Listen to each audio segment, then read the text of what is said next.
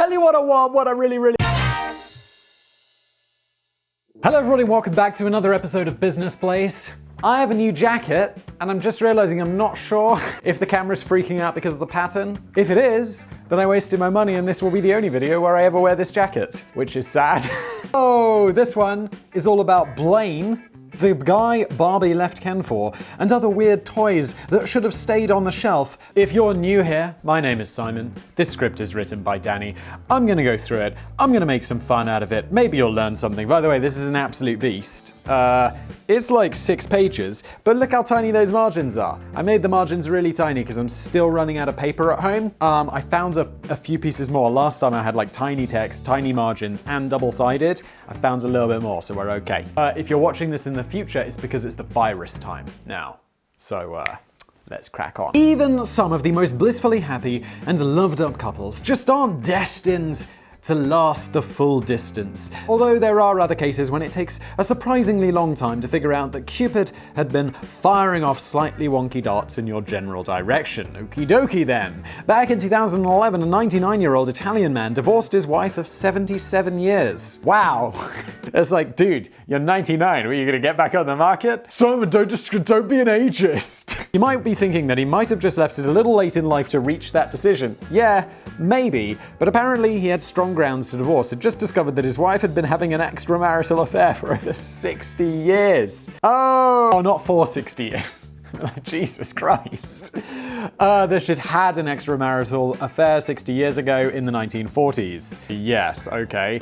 Let's hope that they both live long enough to enjoy the dawn of a whole fresh chapter in their lives, or at least long enough for the ink to dry on the divorce papers. They probably didn't. They're really old. Your odds of dying in the next year at 99 have got to be pretty high, right? They have those actuary tables that exist which tell you what the chances of you dying in the next, month, 6 months, year, 5 years are, just as a random healthy person of your age. It's like, or not. I mean, statistically, I'm going to live a really long time more, which is nice. Another rather more famous long-running relationship that came to an abrupt end in 2004 after no less than 43 years, although this pair never actually got married. The good news is that they were both made from plastic, so they could both go out on the pull again the very next day, looking exactly as they did from the first day they met. Except they can't because they're made of plastic. Also, is on the pull, I feel like this is Danny's British as well. I feel like this is an extremely British term. Americans, do you know what I mean by that? Or Australians, Canadians, international folks, chime in as well. I'm not a racist, or am I? Canadians. It seems quite cruel in a way that the toy company Mattel waited until the day before Valentine's Day in 2004 to announce that the world's most popular fashion doll couple, Barbie and Ken, would be parting company after 4 decades together. Oh my god, who gives a shit? Thanks Mattel for this update, I really cared. That was a lie. It's a little bit like waiting until Christmas Eve to announce that Santa Claus has just thrown himself off the top of the Empire State Building. Oh my god, Danny. Dark. Also, who cares? He's not real. Neither are Big Ken and Barbie. Now, Ken and Barbie are more real than Santa Claus. Now, I'd quickly like to make it very clear that I had to research this one from scratch, as I had very little knowledge of the Barbie range beforehand. Back when I was a kid, all the boys, what happens with kids nowadays? Because I realized, I might get some parents to be like, Simon, you're spoiling it for my kids. Well, 1, what the f*** are you doing letting your kids watch Business Blaze? And 2, if I was a kid and I wasn't sure that Santa Claus wasn't real, hang on. Oh, this will be a good question. Hey Siri, is Santa Claus real? Let me put it this way. I get a lot of requests from the North Pole asking who's been naughty or nice. Answer the f***ing question, Siri. I'm not a child. That's not nice. Okay, so Siri's not gonna tell me because he's weak-ass bitch. Is Santa real? Should you be lying to your kids about Santa? Well, that answers the question pretty quickly, doesn't it? Thanks, Google. You, Siri. That's the first thing I do as a kid. As soon as that, you're a kid and you have that moment of doubt, you're like, whoa. When I was a kid, I figured out Santa wasn't real because my parents were telling me, oh no, he will, he'll bring you gifts. And so I write a massive list of all the shit I want, like pages long, and then it doesn't come, and my parents are like, he's not real.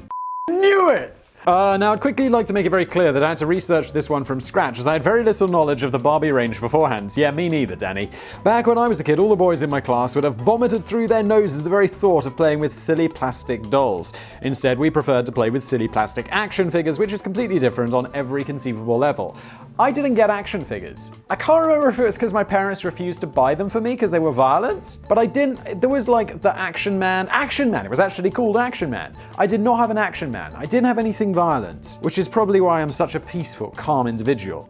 Knew it! But Barbie dolls have certainly been enjoyed by plenty of children since the character was originally created by American businesswoman Ruth Handler in 1959. The range has grown into Mattel's biggest and most lucrative product line, with over 1 billion dolls being sold worldwide. Every year, every month, in all time. Come on, Danny! The character of Barbie's boyfriend, Ken, I'm using the word character very loosely here, first showed up a couple of years later in 1961, and the couple would remain an item for the next 43 years. Ken was affectionately named after Ruth Handler's own young son, who went on to suffer a deeply embarrassing and upsetting childhood of humiliating taunts of being the inspiration behind a boy doll without even the faintest hint of genitals.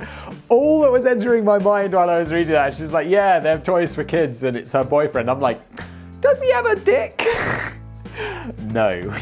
Oh my god, Ruth. Was her name Ruth? Yeah, you should have thought that one through. Although you're super rich, so you know. Maybe we should be more surprised at how long Barbie and Ken lasted, considering that he is possibly the blandest toy ever to be created in the history of the universe. Let's just dissect the 50-year character history of Ken. Don't panic, it won't take long, thank god, because that I'm sure would be dull. Oh, Ken has blonde hair. That's it.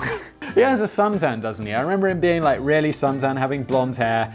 I think my sister had a Barbie and she had like, it was an SUV where the top comes down, which I feel is like the most California thing ever. I'm not sure that Ken even knows who he really is or wants to be, considering that he has over 40 different jobs over the years, including actor, singer, escort. What? Beach bum and prince. Danny, you can't just slip escort in there. I mean, you can if he did it, but it's a bit weird, isn't it? It's like, oh, what's Barbie's boyfriend's job? Oh, he's actually an escort. Barbie pays him. And does he do other things? Well, you know, that's for the discussion between the escort, Ken, and Barbie. I desperately tried hard to find an elevator designer, Ken, but I had no joy with that. Yet, Danny, because no one, despite what you keep bringing up in these Business Blaze episodes, Danny, no one wants to be an elevator designer. Although Ken never really changed that much over his first 4 decades, perhaps one of his boldest makeovers came in 1993 with the arrival of Earring Magic Ken. Fantastic. It's clear that Mattel was already having doubts about the future of Ken's relationship with Barbie, as they just had conducted a poll to find out if Barbie fans wanted to keep Ken or ditch him in favor of a brand new doll. The survey showed that fans preferred to keep Ken, but wanted him to look cooler. This is what happens when you ask kids what they want. What's wrong with him? Oh, he needs to look cooler or something. However, the launch, how will we fix this? We'll give him an earring. It's that I've always wanted to look cooler, so I've been thinking about just getting a single earring, a single diamond earring. I think it would really work for me. However, the launch of the new Earring Magic Ken took many by surprise, as it seemed that Mattel had decided to go with the bold new idea of stereotypical gay Ken. The company always denied this, but the clues were there to spot. A purple faux leather Gaultier.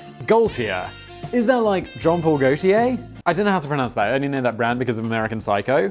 Is that how you spell it? A faux purple Gaultier, whatever, vest, a pink mesh shirt, a giant hoop piercing his left ear. Oh my god, Ken, is this like 90s cool? But perhaps the biggest giveaway of all was that Ken was wearing a pendant around his neck, which appeared to be in the shape of a massive ring. Just in case there was any doubt with the mesh shirt. Mattel claims that this was just a necklace. Why would he need a ring? He doesn't have a Earring Magic King was discontinued and recalled following the controversy, despite it becoming the best-selling Ken doll of all time after it generated a cult following in the gay community. That's extraordinary.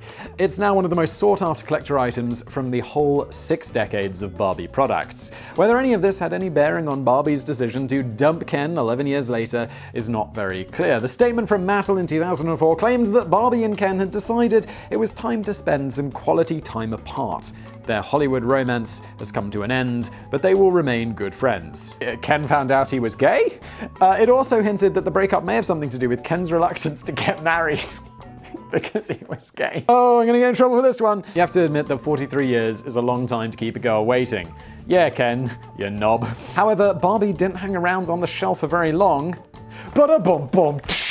Within the space of just a few months, it was announced that Blaine, was the new plastic man in Barbie's life, following an online campaign in which over 2 million fans voted to decide the identity of Barbie's new suitor. The shortlist of candidates actually included poor old Ken, but it seems that even the most ardent Barbie fans were now getting bored of him. So, who was Blaine? It's the question we've all been dying to know the answer to. He was Australian, okie doke. He had a bit more of a rugged surfer look than Ken. His star sign was Taurus. Gives a fuck. Anyone who introduces themselves, social media, real life. Fortunately, I just don't come across these people in real life, but it's like, hi, yeah, my name's John. I'm an accountant and a Sagittarius. I immediately don't like you. Smash that dislike button. His favorite food was pizza and chili dogs. That is more valuable information than knowing he's a Taurus. How could Barbie ever resist such an intriguing and enigmatic chili dog loving figure? During those wilderness years for Ken, he was completely stripped of his identity and sold as a generic handsome groom doll without so much as a name. That's so sad. It's possible that he turned to drink and petty crime during this period, but little of it has been documented. Rumors that a zebra sex mask Ken surfaced during the period have proved to be completely untrue. However, Blaine would only be around for 2 years before he was given the axe by Mattel and a new look. Is it Mattel or Mattel? No one cares. I care about that as much as I do about the Sagittarius thing. And a new look and restyled version of Ken was launched in 2006, although it was made very clear at the time that he and Barbie were now enjoying a purely platonic relationship. I'm not sure that I've ever given less of a shit about anything. I really hope this is entertaining. Who cares? Oh my god. It's like when I do a Today I Found Out video about baseball. From what I can see, Ken was now apparently a changed man who exuded a new sense of his own personal style. From what I can see, I think they just ruffled up his hair a bit. Fast forward to a happy ending on Valentine's Day in 2011 when a huge marketing campaign revealed that Ken had finally won back Barbie's heart and the couple were officially together again. But what about Blaine? Poor Blaine. He was so, that chili dog loving motherfucker. He was, he's just left out in the cold. He's from Australia, so he's left out in the warm, I guess. Barbie announced that my heart beats only for Ken, and Blaine's little heart broke. You never got any of this kind of crap with G.I. Joe or Action Man. It's actually, oh yeah, my parents also didn't let me watch Power Rangers because it was too violent. And I remember my cousin Ollie was allowed to watch Power Rangers. And my parents bought him a video of Power Rangers for his birthday, which I felt was very strange because they wouldn't let me watch it. And so I opened this video, assuming, I just found it on the kitchen counter one day after school, assuming wow, they bought me a Power Rangers tape. So I watched the Power Rangers. It was not very good. I still very remember this very clearly. And then I got in trouble for opening my cousin's birthday gift. It's actually quite hard to see. I was so deprived. It was actually quite hard to see where Meta were going with this. A lot of people claim that the whole thing was a particularly long-winded and meticulously detailed exercise in marketing, but do toy companies really think that far ahead? I don't think so. That's a really, I'm not going to give them that much credit. Surely the little kids playing with Barbie dolls in 2011 would be a completely different set of little kids to the ones who endured the painful breakup in 2004. Well, yes, obviously. It's 7 years later. If you've been playing with Barbies for 7 years, check yourself before you wreck yourself. I'm not sure the Barbie dolls lend to the concept of long story arcs that span 7 years. No, they really don't. Even TV shows which think they can keep going for 7 seasons or 7 years usually can't. It's got pretty weak. I've been watching The Blacklist. Blacklist is one of my favorite shows with James Spader. Amazing show. And now I'm just what is going on? I'm so confused. I'm not sure the Barbie dolls, the breakup and reunion with Ken may not have done much to help Barbie in the long term anyway. Sales of Barbie dolls have seen a dramatic decline in recent years, and it seems that the world's youngsters may have fallen out of love with the fashion doll range. But whatever the future may hold for Barbie, at least she enjoyed over 6 decades of success before the kids got bored. There are several other toys which should probably have never made it onto the shelves in the first place. Oh, okay, I read that like it was the end of a section.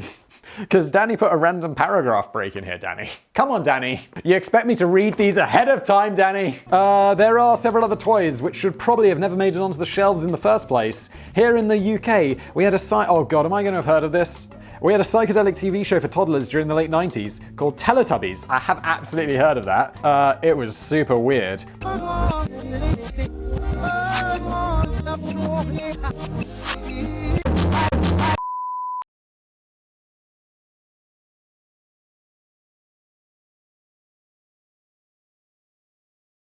Hello. Which briefly landed in America too, but they didn't quite conquer the other side of the Atlantic. Well, obviously, because they were shite, and apparently British people have no taste. God, that was terrible. It's almost impossible to explain if you've never seen it, but it's basically, but we're gonna try anyway.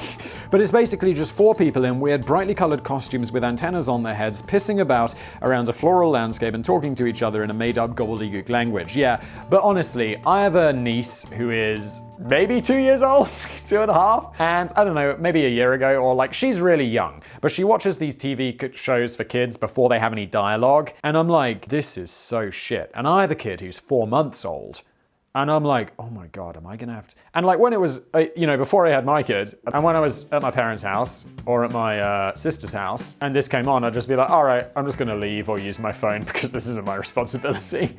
And now I'm like, oh my God, am I gonna have to watch these? It was quite popular for a while. Bizarrely, they even had a UK #1 single in 1997, which probably shows you the state of the UK music industry at the time. I'll tell you what I want, what I really... How could they have beaten the Spice Girls? I gather they weren't just popular with the toddlers, they managed to attract a cult following from college and university students too. Yeah, if they're dumb. A talking toy version of the Teletubby character Po was released in 1998, but it was quickly pulled from the US shelves when parents complained that the cute soft toy was delivering a slew of gay slurs and offensive comments to children.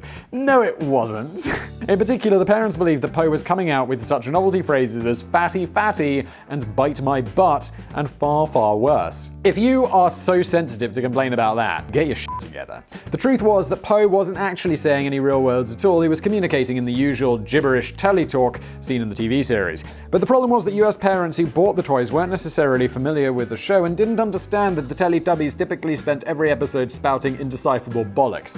Now, if I was doing the voiceover for Po, I'd definitely try and make it sound as close as I could to like gay slurs or whatever, just to with people. So instead, parents were drawing their own conclusions about what the doll might be saying. The manufacturer's Hasbro blames the confusion on the fact that the voice actress had a strong Cantonese accent. But it's probably also close to the mark to say that Poe's voice had become lost in translation after landing in an unfamiliar marketplace. Future versions of the doll were packaged with language cards to make it a bit clearer that Poe wasn't an angry, homophobic doll dripping with blind hatred for your child. Quite amazing, isn't it? This is a lot more interesting than the Ken thing. I didn't just make this coffee, it's been sitting over there for a while, and now it's really cold, but I need the caffeine. Although everyone says on this channel that one thing I really don't need is caffeine. Other toys turned out to be massively popular, but possibly for very wrong reasons. Oh God, look what we've got coming up. Fans of Harry Potter should be familiar with the Nimbus 2000 broomstick, and Mattel released a toy version of the flying stick aimed at kids between the ages of 8 and 12. I have read Harry Potter. It's gonna shock you to know that I've never seen the movies. Alright, no, I think I saw the first movie when I was a kid. I haven't seen any of the others. I didn't really like it. Sadly, it didn't really fly. What a f***ing surprise. But the battery-powered toy did at least try to simulate the effects of flying by producing a strong vibrating effect when you placed the stick between your legs. Oh my. The Nimbus 2000 didn't end up flying off the shelves of usual toy shops, but it started flying off the shelves of adult stores around the world. Although many Amazon reviews have long been deleted, they apparently included such gems as, the only problem is the batteries drain far too fast. I thought my daughter might be too old for this, but she loves it. Amazon reviews are absolutely some of the most, like the sarcastic ones, are absolutely some of the most gold on the internet. I was thinking about doing YouTube stories for Amazon reviews, like reactions to them. If you guys have some good idea for how to integrate these into business plays, I would love to know it because it's a gold mine. Even my daughter's friends enjoyed playing with this fun toy. I was surprised at how long they can just sit in her room and play with this magic broomstick. Holy shit, that's inappropriate. Although the Nimbus 2000 proved to generate a surprisingly big buzz for Mattel, it was discreetly discontinued shortly after its release. On a similar note, about 20 years earlier, the ET Fingerlight from Knickerbocker was possibly one of the strangest looking toys that you'll find on the shelves of Toys R Us in 1982. Yeah, that looks like a long, thin penis. Finger glows when pressed. Well, my penis doesn't do that. It was very quickly pulled out of circulation the same year and replaced with a full glove version, but not before it had gone on to become one of the best-selling toys of the year. It's just weird how not many kids recall ever getting one in their Christmas stockings, so I've no idea who was buying them. Now, this is not an epic blaze, but we're getting into epic territory. Let's carry on. And let's not forget Rad Repeating Tarzan. which was a Disney licensed character released to tie in with the 1999 movie. The idea behind this one was that you put one of the supplied weapons into Tarzan's hand, who would then make a stabbing motion with it while delivering a fierce battle yell. Okay, doesn't sound too bad so far. If you were lucky enough to see one of these in the shops, you could try it out for yourself while it was still in the box. But it has to be said that Tarzan's frantic hand gestures and accompanying war cry okay, I'm getting it. Just seemed very dodgy when he wasn't carrying the weapon.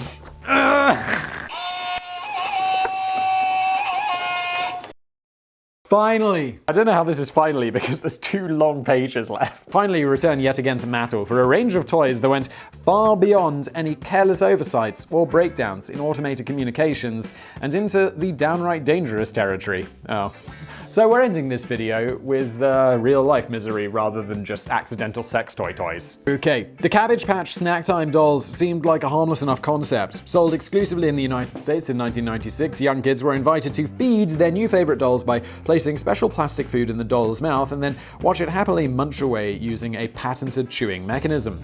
This was essentially just a pair of one-way metal rollers hidden behind the plastic lips, which would deliver the food through the body of the doll until it magically reappeared in the doll's backpack. Yeah, that's what happens to most of my food. Like, I'll eat a burger and then later on in the day I take the burger out of my backpack. At least I had one of these when I was a kid, and that's how I learned how digestion works. The minor design flaw here was that the Cabbage Patch Snack Time dolls didn't seem to know when to stop chewing, and there was no quick and handy off switch. You had to detach the whole backpack to stop the doll from snacking. Hundreds of angry parents began raising concerns to Mattel when the kids ended up getting their hair and fingers trapped inside the doll's mouth. Holy shit. Kids, they're gonna put their hands in like mouth in everything, you know? All my kid does is chew on shit. It'll be like, hey, what's going on? Oh, you're chewing on that again, of course. In one case, it took the parents half an hour to finally switch off a doll who had managed to gobble up their daughter's hair right up to her ear. Also though, this just happened to one kid. That kid was special. Mattel's initial response was to place warning stickers on top of the boxes, although it's difficult to imagine what these stickers might have said. Maybe something like, parental caution advised, this doll will eat your kid's hair and fingers and we're not even kidding. It probably didn't say that, Danny, because, you know, you don't want to be inappropriate to kids. They're gonna read that and, you know, learn the word f***ing. Thankfully, following an agreement between Mattel and the Consumer Product Safety Commission, the line was voluntarily withdrawn and parents were offered a full $40 refund if they returned their toy. If everyone claimed their refund, it's estimated that Mattel would have lost around $20 million from the dolls that just didn't know when to stop. But you can pick them up from eBay if you're ever short of a gift idea for your least favorite child. Bonus Barbie fails.